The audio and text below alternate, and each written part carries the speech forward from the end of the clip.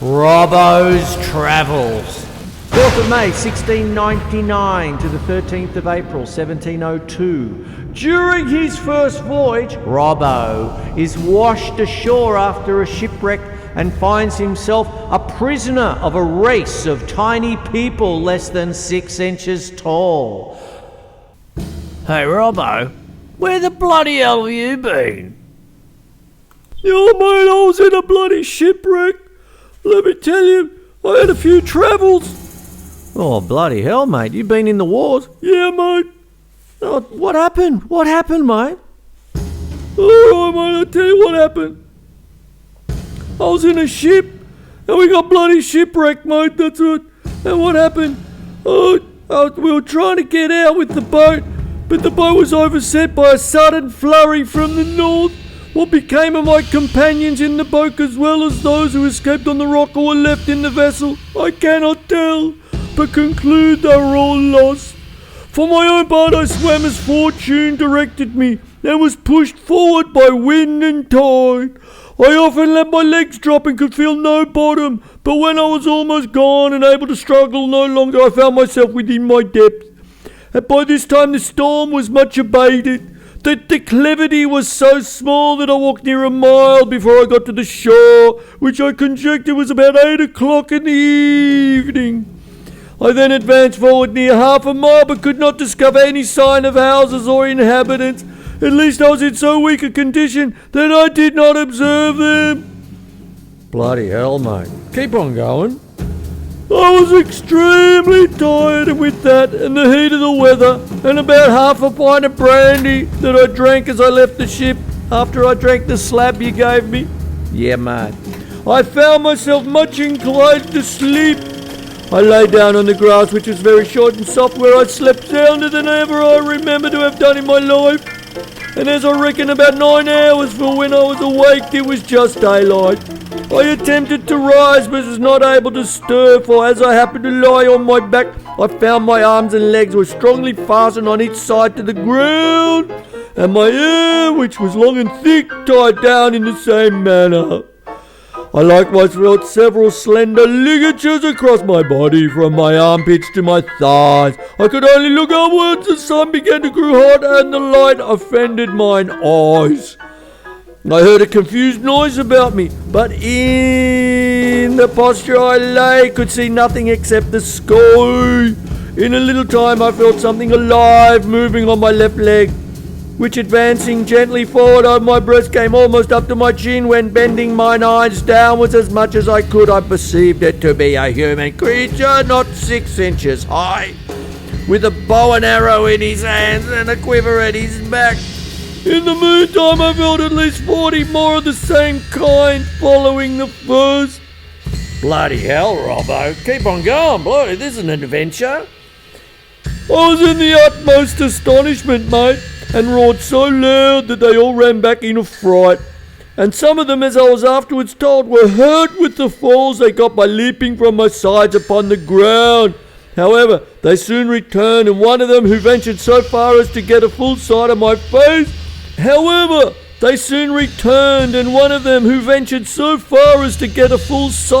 face, lifting up his hands and eyes by way of admiration, cried out in a shrill but distinct voice, "Go Bluebaggers!"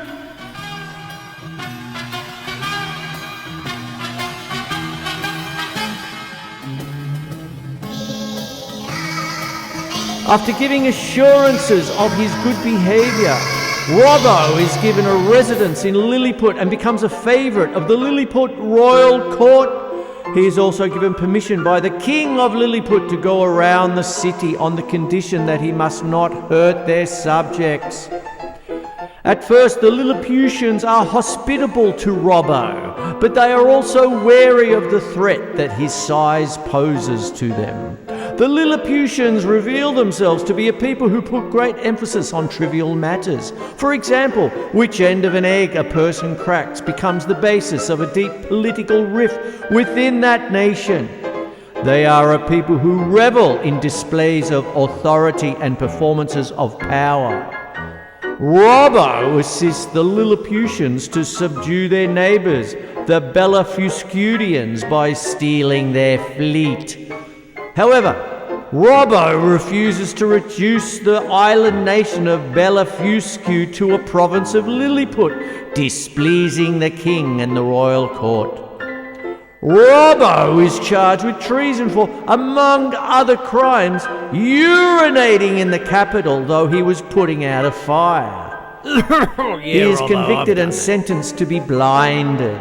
With the assistance of a kind friend, a considerable person at court, Robbo escapes to Blefuscu. Here, he spots and retrieves an abandoned boat and sails out to be rescued by a passing ship, which safely takes him back home with some Lilliputian animals he carries with him.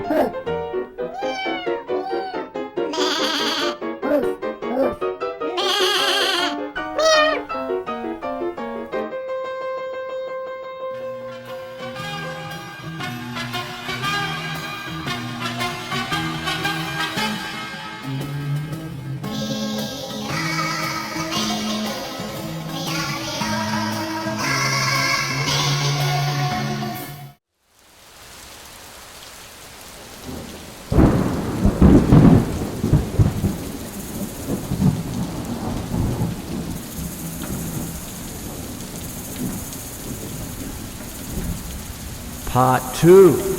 A Voyage to Brobdingnag. 20th of June 1702 to the 3rd of June 1706.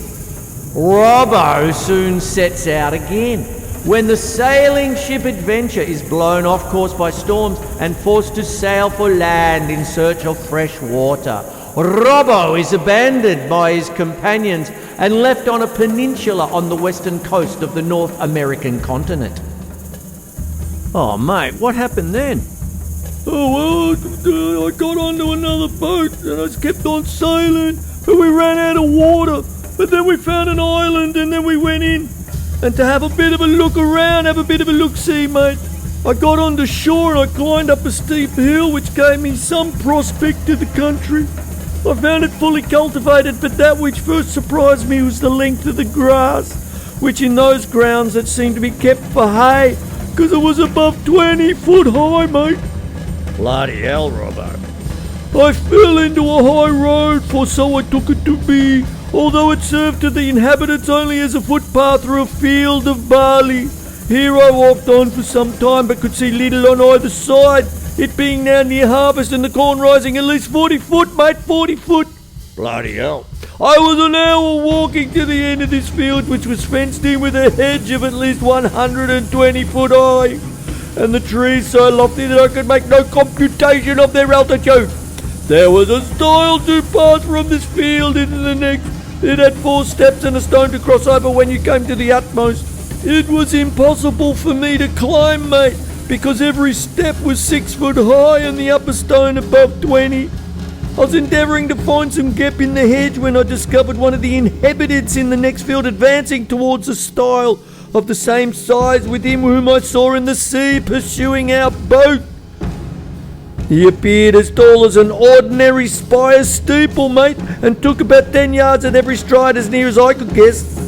I was struck with the utmost fear and astonishment and ran to hide myself in the corn, from whence I saw him at the top of the stile, looking back in the next field on the right hand, and heard him call in a voice many degrees louder than a speaking trumpet. But the noise was so high in the air that at first I certainly thought it was thunder. Whereupon 7 monsters like himself came towards him with reaping hooks in their hands, each hook about the largest of 6 scythes. These people were not so well clad as the first, whose servants or labourers they seemed to be, for upon some words he spoke they went to reap the corn in the field where I lay. Bloody hell, Robbo. Keep going. I kept from them as a great distance as I could, but was forced to move with extreme difficulty, for the stalks of the corn were sometimes not above a foot distant, so I could hardly squeeze my body betwixt them. Betwixt? What the bloody hell does that mean, mate? However, I made a shift to go forward until I came to a part of the field where the corn had been lain by the rain and wind. It was impossible for me to advance a step, for the stalks were so interwoven that I could not creep through, and the beards of the fallen ears so strong and pointed that they pierced through my clothes into my flesh. At the same time I heard the reapers not above 100 yards behind me. Being quite dispirited with toil and wholly overcome by grief and despair, I laid down between two ridges, mate, and heartily wished I might there end my days. I bemoaned my desolate widow, Shazza, and fatherless children, little Macca and little Simo. I lamented my own folly and willfulness in attempting a second voyage against the advice of all my friends and relations like you, mate. That's all right, Robbo. Settle down. I'll get you a beer. Is that okay? All right, mate. Robbo is then found by a farmer who is about 72 feet tall, judging from Robbo estimating the man's step being 10 yards. The giant farmer brings Robbo home, and his daughter Glumdale Klitsch cares for Robbo. The farmer treats him as a curiosity and exhibits Robbo for money. After a while, the constant display makes Robbo sick, and the farmer sells him to the queen of the realm. Glumdale Klitsch, who accompanied her father while exhibiting Robbo, is taken into the queen's service to take care of the tiny man. Since Robbo is too small to use their huge chairs, beds, knives and forks, the queen commissions a small house to be built for him so that he can be carried around in it. This is referred to as Robbo's box. Between small adventures such as fighting giant wasps and being carried to the roof by a minkie, he discusses the state of Europe with the king of Brobdingnag. The king is not happy with Robbo's accounts of Europe, especially upon learning of the use of guns and cannon. On a trip to the seaside, Robbo's box is seized by a giant eagle, which drops Robbo and his box into the sea, where he is picked up by sailors who return him to England. Mate, guess what happened then?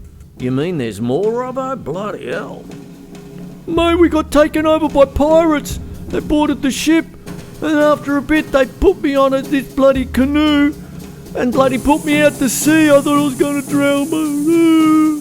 Oh, you poor bastard. Anyway, keep going. Bloody hell, mate. You're here now. You may as well finish the story. Mate, I turned back and I perceived a vast opaque body between me and the sun, moving forwards towards the island. It seemed to be about 2 miles high and hid the sun 6 or 7 minutes, but I did not observe the air to be much colder or the sky more darkened than if I had stood under the shade of a mountain. As it approached near over the place where I was, it appeared to be a firm substance, the bottom flat, smooth and shiny, very bright from the reflection of the sea below. I stood upon a height about 200 yards from the shore, and saw this vast body descending almost to a parallel with me, at less than an English mile distance. I took out my pocket perspective and could plainly discover numbers of people moving up and down the sides of this floating island, which appeared to be sloping, but what those people were doing I was not able to distinguish. Mate, they pulled me up by pulleys. Oh, mate, you weren't abducted by aliens, were you? No, I don't think they were aliens, bloody hell, mate, but it was a bloody strange sight to see. Part 3. A voyage to Laputa, Balnibarbi, Luknag, Glubdubdrib and Japan. 5th of August 1706 to the 16th of April 1710. Setting out again, Robbo's ship is attacked by pirates, and he is marooned close to a desolate rocky island near India. He is rescued by the flying island of Laputa, a kingdom devoted to the arts of music, mathematics and astronomy, but unable to use them for practical ends. Rather than using armies, Laputa has a custom of throwing rocks down at rebellious cities on the ground. Robbo tours Balnibarbi, the kingdom ruled from Laputa, as the guest of a low-ranking courtier and sees the ruin brought about by the blind pursuit of science without practical results, in a satire on bureaucracy and on the Royal Society and its experiments. At the Grand Academy of Legado in Balnibarbi, great resources and manpower are employed on researching preposterous schemes such as extracting sunbeams from cucumbers, softening marble for use in pillows, learning how to mix paint by smell, and uncovering political conspiracies by examining the poo-poos of suspicious persons. Ew! Robbo refers in passing to his visit to Tribnia, called by some Langdon, where the main occupations are plotting and informing. Robbo is then taken to Maldonada, the main port of Balnibarbi, to await a trader who can take him on to Japan. While waiting for a passage, Robbo takes a short side trip to the island of Glubbdubdrib, which is southwest of Balnibarbi. On Glubbdubdrib, he visits a magician's dwelling and discusses history with the ghosts of historical figures. The most obvious restatement of the ancients versus moderns theme in the book. The ghosts include Julius Caesar, Brutus, Homer, Aristotle, René Descartes, and Alex Jezelenko. You beauty! On the island of Lugnag, Robbo encounters the Struldbrugs, people who are immortal. They do not have the gift of eternal youth, but suffer the infirmities of old age and are considered legally dead at the age of 80. After reaching Japan, Robbo asks the emperor to excuse my performing the ceremony imposed upon my countrymen of trampling upon the crucifix, which the emperor does. Robbo returns home, determined to stay there for the rest of his days.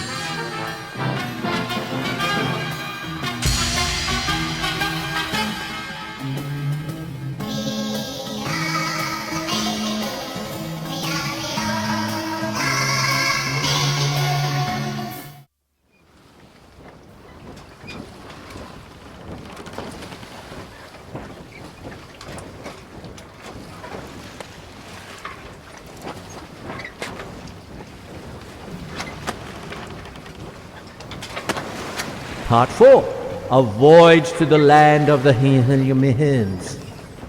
7th of September 1710 to the 5th of December 1715. Despite his earlier intention of remaining at home, Robbo returns to sea as the captain of a merchantman, as he is bored with his employment as a surgeon.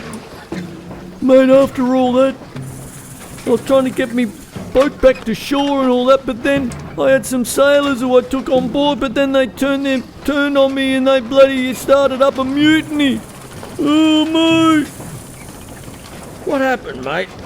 These rogues whom I picked up debauched my other men, and they all formed a conspiracy to seize the ship and secure me, which they did one morning, rushing into my cabin and binding me hand and foot, threatening to throw me overboard if I offered to stir. I told them I was their prisoner and would submit. This they made me swear to do, and then unbound me, only fastening one of my legs with a chain near my bed, and placed a sentry at my door with his piece charged, who was commanded to shoot me dead if I attempted my liberty. On this voyage, Robbo is forced to find new additions to his crew, who he believes have turned against him. His crew then commits mutiny. After keeping Robbo contained for some time, they resolve to leave Robbo on the first piece of land they come across and continue as pirates. Robbo is abandoned in a landing boat and comes upon a race of deformed, savage humanoid creatures to which he conceives a violent antipathy. Shortly afterwards, he meets the a race of talking horses Hello, I'm Mr. Red. A horse is a horse, of course, and no one can talk to a horse, of course. That is, of course, unless the horse is the famous Mr. Ed. Go right to the source and ask the horse. He'll give you the answer that you endorse. He's always on a steady course. Talk to Mr. Ed. They are the rulers, while the deformed creatures that resemble human beings are called yahoos. Robbo becomes a member of a horse's household and comes to both admire and emulate the and their way of life,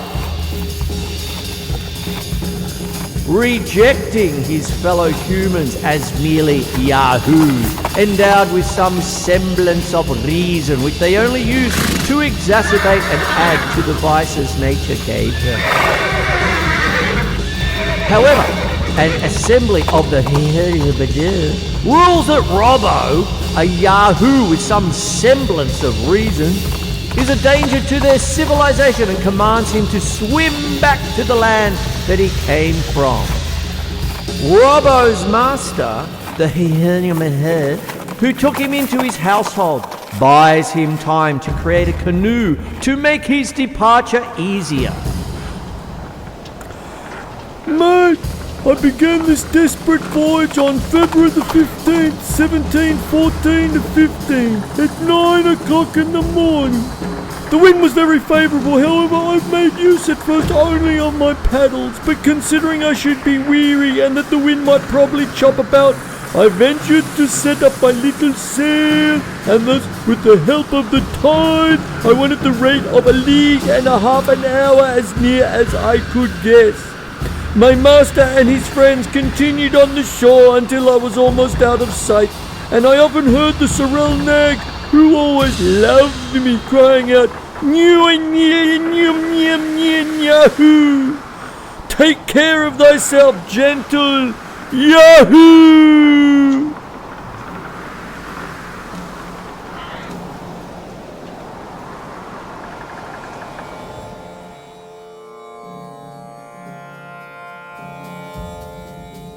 Robbo returns to his home in Point Cook, but is unable to reconcile himself to living among yahoos and becomes a recluse, remaining in his house, only playing his drums and guitar and making silly TV shows like this.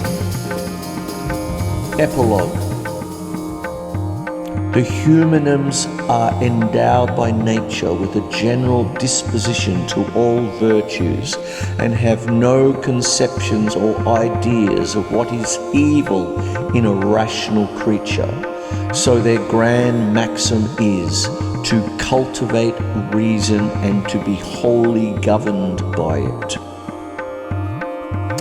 Friendship and benevolence are the two principal virtues among the humanums, and these not confined to particular objects, but universal to the whole race, for a stranger from the remotest part is equally treated with the nearest neighbour, and wherever he goes looks upon himself as at home.